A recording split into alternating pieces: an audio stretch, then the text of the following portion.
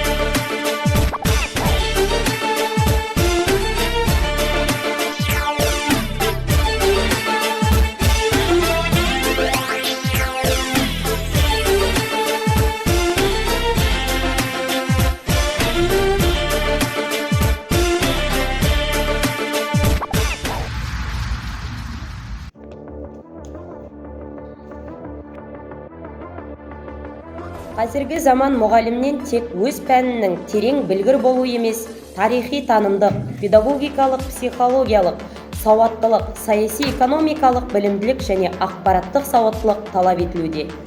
Мұғалімнің басты мақсаты оқушыға тереңде тиянақты білім беру. Ал білім сапасын арттыру үшін әр мұғалім шығармашылық жұмыс жасауы қажет. Баланы білім, ақиқат, ереже мен формулалар қоймасына айналдырмау үшін оны ойлауға үйрету керек делінген. Ізденімпаз, жаңашыл мұғалімдердің шығармашылығындағы ерекшелігі оның сабақты түрлендіріп өткізіп, оқушының жүрегіне жол таба білуі. Оқушыны пәнге деген қызығушылығын арттыру. Мұғалімнің өз еңбегін ұтымды ұйымдастыра отырып, жаңа сабақ үлгілері мен оқушылардың шығармашылық ізденуін қалыптастыру. Оқушыларға сұрақ қою, жұмбақ жасыру, шешу, танымдық ойындар ұйымдастыру арқылы іске асады.